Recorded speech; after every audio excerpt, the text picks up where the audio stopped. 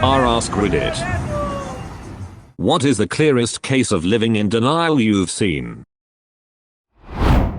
A nurse who thought the lump in her breast was nothing important and the open sore appearing was also nothing important, and once it started draining thought it was nothing important despite dressing it daily, was confronted by co-workers after the smell became so rank it lingered where she went. Stage IV cancer with mets to bones and brain. Died soon after. She was the manager of the oncology unit. Editing to add, because I must not have been clear and a lot of people see this as an autonomous choice. This was a case of living in denial. Once confronted about her odor she admitted to the sore but still thought it was nothing. Agreed to go to the ED with colleague friend but only to reassure them. Oncologist consulted in the ED and she lost it when cancer mentioned. Insisted on everything done to treat despite no hope. Died within the month. Never left hospital from time confronted about odor. Oh, that'd be my father. My mother was manic depressive, as it was called back then. She had several major breakdowns during my childhood. Every time, he'd act like nothing was wrong. She'd be screaming and throwing things, and he'd just try to placate her. It never worked. A couple times, I pointed out that she needed to be committed. He always responded that a person couldn't be committed unless they are a danger to themselves or others. True, but she obviously was. I was terrified of her. Even apart from the breakdowns, she threw rage attacks at the drop of a hat. Long story short, in my 20s I found out that A, they'd had 2 kids before me, and B, she'd drowned them in a bathtub during a psychotic episode. What I never found out was how she gore released or why she was able to conceive me less than a year later. A friend was with me when I found out about B. He told me later that he'd always thought I was exaggerating when I said I'd feared for my life as a kid. I couldn't blame him. It does sound outlandish. After that, it was even more baffling that my father thought we were safe living with her.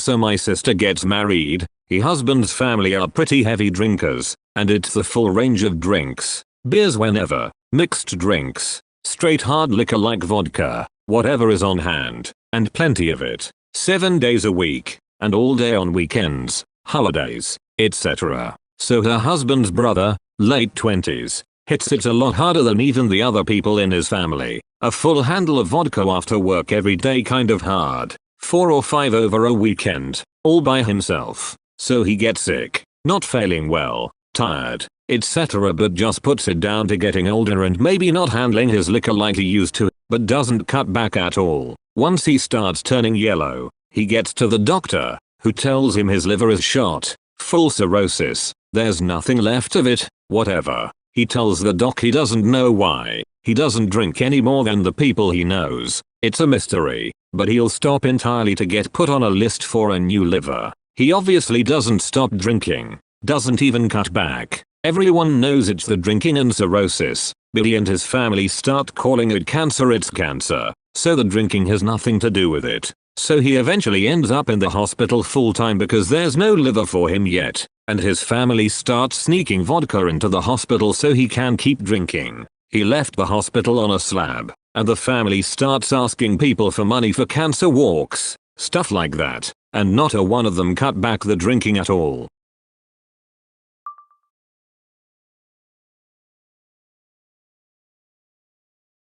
Raveshika 5569.5 days ago my dismissive avoidant mum was a master of denial. The worst was when she got an abscess in her pelvic area. She was in 10/10 pain, couldn't sit up, was literally white-knuckling a body pillow while laying on the couch unable to move for a week, and when I, age 10, would suggest she go to a doctor it was all oh no I'm totally fine. I don't need to see a doctor. This woman literally scheduled an appointment with a specialist and waited the 10-ish days for the appointment instead of going to urgent care. She drove herself there in 10/10 pain. The doctor took one look at her and told her to put on a gown and meet her downstairs for immediate surgery. They drained so much yuck from her and she had to have a gauze packing to heal the crater left behind, etc. It's a miracle she didn't get sepsis. Bonus story, she suddenly became allergic to ibuprofen in her 40s and turned beet red after taking some. Instead of going to the doctor she went to her hair appointment like normal. Hairdresser refused to cut her hair and made her to go the doctor. My mum just went home instead and laid on the couch huffing and puffing until the reaction went away. She told me this story like it was a totally sane and normal thing to do.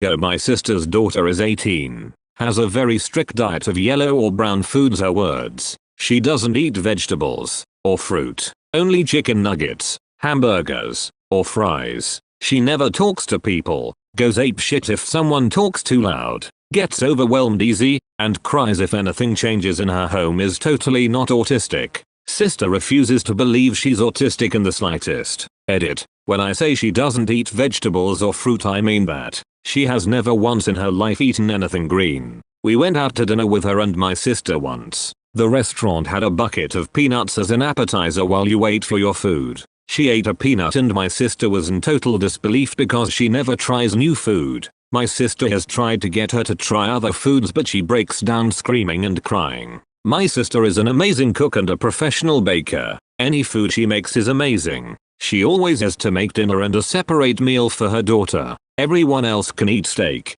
grilled asparagus, and mashed potatoes while her daughter comes out of her room to get some box macaroni and cheese and goes to eat in her room alone because if anyone talks too loud during dinner she gets upset.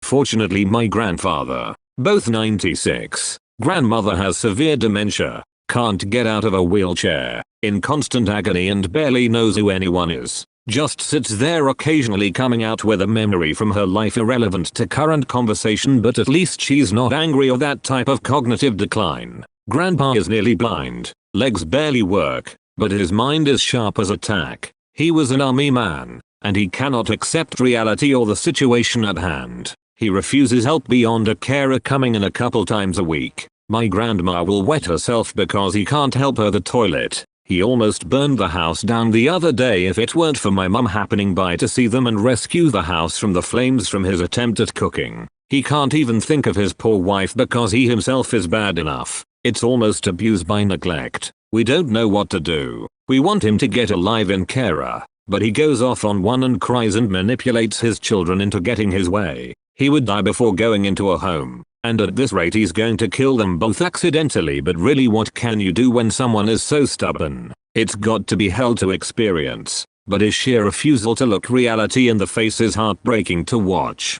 I feel like the grandparents I love died long ago. I'm just watching the echo of their lives playing out in tragedy. If I ever get like that, just take me outside, face me at the sunrise and put a bullet in the back of my head. Nobody deserves to die with such little dignity.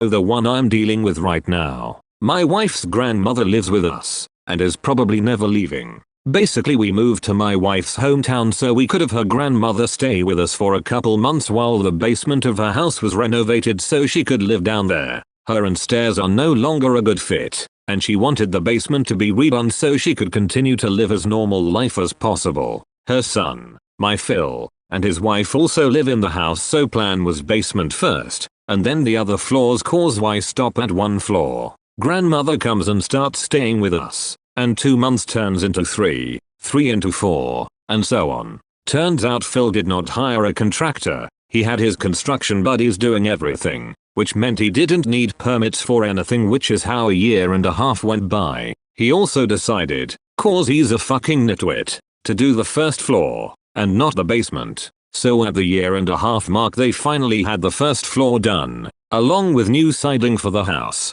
and gutted the basement 2 days after they finished gutting the basement. Phil gets picked up as part of a drug bust, and had a metric shit ton of cocaine on him, and has been in prison for the better part of 2 years, and still waiting on a full court date. Come to find out, the drugs was how he was paying for the reno, hence why he was having friends do it under the table. The denial with the grandmother boils down to the fact that she refuses to believe he had drugs on him and that she'll be able to return home at some point in the near future. I can tell it's starting to weigh heavily on her, cause my wife and I are expecting our first child, and she knows we need to start making decisions with our own family. I know this seems like a lot. I promise this is quite literally the tip of the iceberg with where her denial is at. If I wrote out everything she's in denial about, just from the past 2 years, it would end up on the NIT bestseller list. My mum is now 63 years old and has been diagnosed with rheumatoid arthritis since she was in her early 30s. Had 4 children after 30 and declined every pregnancy. She denied she had any diagnosis and went to every chiropractor, Chinese healer, therapist and naturopath in the area. Even tried acupuncture and magnets. She spent over $100,000 trying to cure her chronic pain that healthcare in my country would have done for free. She spent the last 4 years after I moved out at 18 basically only going from her chair to the bathroom. Didn't even sleep in her bedroom anymore because she was in too much pain. Her feet were swollen and fingers are all crooked due to the arthritis. Eventually developed bed sores due to not moving from her chair. We had to basically carry her to the bathroom. When she stood up she bled so bad from her wounds it sounded like a dam rushing free. I'll never forget stooping my little brother from cleaning her blood up off the floor and telling him to go to his room, seeing the despair in his face. But she absolutely refused to admit anything was wrong. She was convinced she just had to find that magic cure. She eventually got so bad I was convinced she was going to die any day now, so my brothers and I convinced her to go to the hospital. She accepted and said she'd go the end of the week. She declined so badly that day I had to call an ambulance because she couldn't get off the toilet and was bleeding so bad. I'll never forget cleaning the blood up and helping her change her clothes into her favorite dress because she didn't want to look bad in front of the paramedics. The hospital diagnosed her once again with arthritis, but also severe iron deficiency, 2 wounds that were 10 centimeters deep, PTSD, and a bacterial infection that could have killed her. She would have died within a week if she hadn't gone. She spent 6 months in the hospital. 4 of them couldn't feed herself, so I would go every day to give her dinner. She was moved to a care home and is still unable to walk but can feed herself now. She still won't admit out loud that she has arthritis, but is much happier and loves living where she is.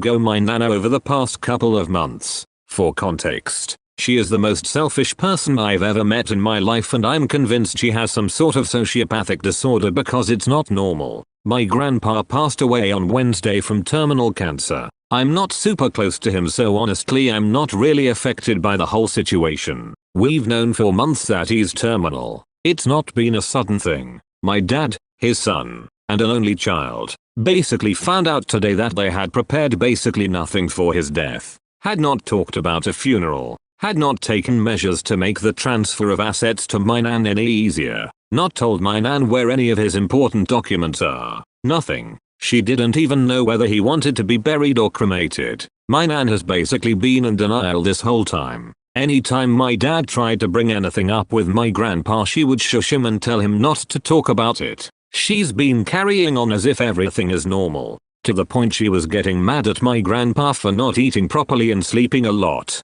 As though he's not literally dying. Would try to make him to eat takeaways and heavy foods like normal for their weekly treat even though he could hardly swallow, and refused to have a hospital bed in her house because of the aesthetic would be wrong and it would look terrible. Apparently, as though that matters. In a way it's kind of sad, and you could argue it was a way for her to cope. But she is such a selfish person that it wouldn't surprise me with how she is known to be if it was all just because of it being inconvenient to her to think otherwise. Also potentially just her refusing to do anything other than continue as normal, as she acts like her entire life is a show and everything revolves around her, so she couldn't possibly do anything otherwise. It's as though she thought if she just pretended everything was normal, things would be normal, which is obviously not how things work and is a super childish mentality for someone in their late 70s. The whole process has been baffling, and the worst is how much of an impact it's had on my dad and his mental health. It's taken a huge toll and it's made me very angry with my nan for how she's not been sympathetic or caring to my dad at all. ETA, my grandpa was by no means a saint either. He was far from a good father to my dad and held a lot of awful, bigoted viewpoints that I strongly opposed. But he had never done anything terrible to any of us and put up with a lot of shit from my nan over the years. I think the very least he deserved was a shred of care and compassion from her in the end. Even worse because she wasn't even home when he died. She'd gone out to the shops. So he died completely alone, which I just think is so sad. It was me up until recently. I'm an autistic guy and I have been with a guy friends who treated me like I was their jester and punching bag for the last 5 or so years. They picked on me because I was an easy target for them, as I would always react to whatever they were doing and take advantage of the fact I was on the spectrum and did weird shit normal people my age didn't do. I still hung out with them because I was lonely and needed guy friends. I cut them off 2 weeks ago because they were starting to pick up on the fact that I had zero care in the world about my masculinity, and I started taking up a bunch of stereotypically feminine interests and me being secure in myself for who I was. I got accused of being in the closet and being a beta male. Cut every single one of them off, and we're talking like 20 or so people. Now my closest friends are either girls or M2F, even though I'm still very much straight. I am much happier that way because I can be myself around them. I can do girly shit with them and pour my heart out to them, and they don't judge me for that. Also, the physical comfort like big, long hugs, cuddles is a huge plus. Masculinity is a fucking prison, and once you break out, people start getting mad. I'm a nurse in long-term care rehab. I have a number of residents that come to mind, but the worst is probably a family where the mum has fairly early onset dementia. She's in her late 60s, and the 3 kids are 28-38. Mum is pretty continuously hallucinating, unable to respond to simple commands or questions, is unable to assist with basic hygiene, and, in fact, is unable to tell that her brief is wet or soiled and fights with staff on changing it, wanders frequently, and often gets violent when redirected. Oldest kid is a son who lives out of state and has POA. Youngest kid is a daughter who mum has been living with for years. Middle son is convinced we are either doing or not doing something that is making her like this. He will call or come in a few times a week to get angry with staff members about something. I don't even talk to him anymore, and just send him to our social worker. I've had to break up fights between middle son and the other kids in our visiting area. I've walked in on him getting angry and crying and pleading with her to remember something,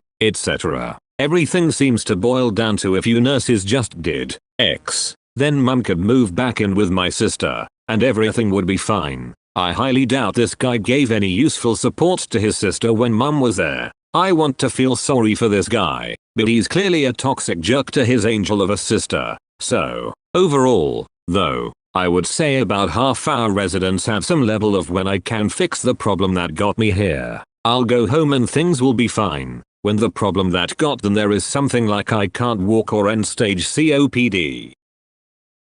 My best friend had her first manic psychotic episode while living across the country with her BF at the time. They had been partying, which triggered the episode. I was texting her throughout, and was immediately suspicious when she was still texting like she was high the next day. I didn't think too deeply about it. Maybe she was just continuing to party and I had missed the memo. Another day goes by. I'm increasingly suspicious that something is wrong but trust her boyfriend to take care of it if that was the case. Then, 3 days in, she calls me, making no sense, telling me to come over despite living a 5-hour flight away. She's not understanding anything that I'm saying. I immediately called her mum when we hung up and we somehow got that girl to the hospital within the next 2 hours. All from a phone call, right? Her BF had been living with her as she's becoming increasingly manic. At one point she broke into their old apartment and the landlord called her BF to pick her up. She randomly crashed her boss's family BBQ, then got paranoid and literally ran home. She thought the police had bugged her phone and that she was somehow connected to a serial killer ect. Clear signs someone is no longer in touch with reality. Her BF somehow ignored all of it, thought it was fine, didn't think to bring her to the hospital, and when confronted about it was like, well, I thought something maybe was off but that it would go away. Still no idea how I was the one to get her to the hospital while being thousands of miles away when he was with her in person, but okay. Worked in the nightclub industry years ago. How many men believe they're in serious relationships with girls who couldn't care less about them? They pay their bills, give them cash, drugs, buy them cars and pay for plastic surgery, all with the idea that one day soon they're going to be together. That one day drags on for months or years, and the women have multiple men they're stringing along, sometimes sitting at opposite ends of the bar. Girls will type an emotionally long message. I love you so much, babe. You mean everything to me. If only we could be together now. I'm struggling so much to pay my bills. And then copy paste it out to multiple men and see who sends them cash. Some have only met the girl online. Some have only met inside the club, while some occasionally meet up outside the club, but none are in anything close to a relationship. Whichever way, the men believe they're a couple. They're shocked when they figure out they've been played. Many of the women have boyfriends, husbands and families. She's only staying there for the kids, she's not with him. All levels of denial. Imagine a guy who believes he can only see his girlfriend during business hours at her job. My mum and dad split when I was 2 and she went back to living with my grandparents, which meant I went too. She only ever had part-time jobs, but still found plenty of time for parties, drugs, and sketchy dudes. Then she had another baby. Then my grandfather died. Then my granny had a stroke. Then my family got a settlement for over $1 million, and she blew her entire portion. All I wanted was braces. But instead I got a mountain of shitty gifts I didn't want. ABD she bought a classic car that's been rotting in a garage for 25 years. Then my mum started hoarding both things and animals, never neutered anything. Then my granny moved out. Then I nearly failed out of school because I was suddenly responsible for everything with that fucking property, including my brother that was 10 years younger than me. Then I straight up left one day when I was 18. Then she got pregnant again. Then she got pregnant again. Then CPS started getting involved. Then the hoard got cleaned up by other people. Then she repeated the same shit for years with 2 new kids in tow. Then she went on disability. Literally all of her children hate her now, but my youngest brother is stuck there because he's higher needs autistic and literally can't live on his own. My mum of course never taught any of us how to provide for ourselves, because she's never known how. Now she lives in that same incredibly dilapidated house with no running water, barely any working electricity, a Ford Escort from 1995 that she bought for me before taking my license away for having middling grades, that's barely held together and barely runs, and begs people for money every damned month. She has a 1968 Camaro SS in her garage that she could probably get $15,000 for right now. She's a narcissist, and I have tried so hard to legitimately help her, but she knows what she's doing, and once I have the money to get this house fixed up, and there's no helping her, I've called apps to try and legitimately help her and my brother, but she's nasty as shit with everyone that would hold a mirror up to her life. She's in her 60s, skinny as hell, diabetic, COPD, and still smokes, arthritic, and somehow still kicking. I honestly expect to get news of her dying anytime, and I'm half expecting the house to fall on her or she burns to death in a predictable house fire. I just hope she doesn't take my brother with her. I'll honestly be relieved when she dies. Like, I'm going to have to get a lawyer and do a shitload of paperwork, in addition to liquidating her property and having my brother put in a care home. But I'm going to feel so much lighter once she's gone. 2 of my uncles live with my grandma. One's in their 60s, the other in their 50s. Never have had jobs. Saw me when I was a child, and another relative when they were a child. They've destroyed her home with hoarding. If anyone from a government agency were to walk into that house, it would be condemned. They steal money from her. A prime example is when my pop died a few months ago. She was trying to scrape funds together to get a casket. During that time, one of my uncles went to the casino and spent $1,000. Whenever I was over at my grandparents' house as a kid, if one of my grandparents asked for help doing something, they'd bitch and moan and cuss them out while doing whatever task as asininely as humanly possible. My grandma refuses any change. She's been living this way for so many years that all of this is normal to her. She'll get upset that no one comes to visit, but when we tell her no one comes to visit because her house is literally disgusting, she gets angry. My dad went there and tried to clean things up a bit a little while after my pop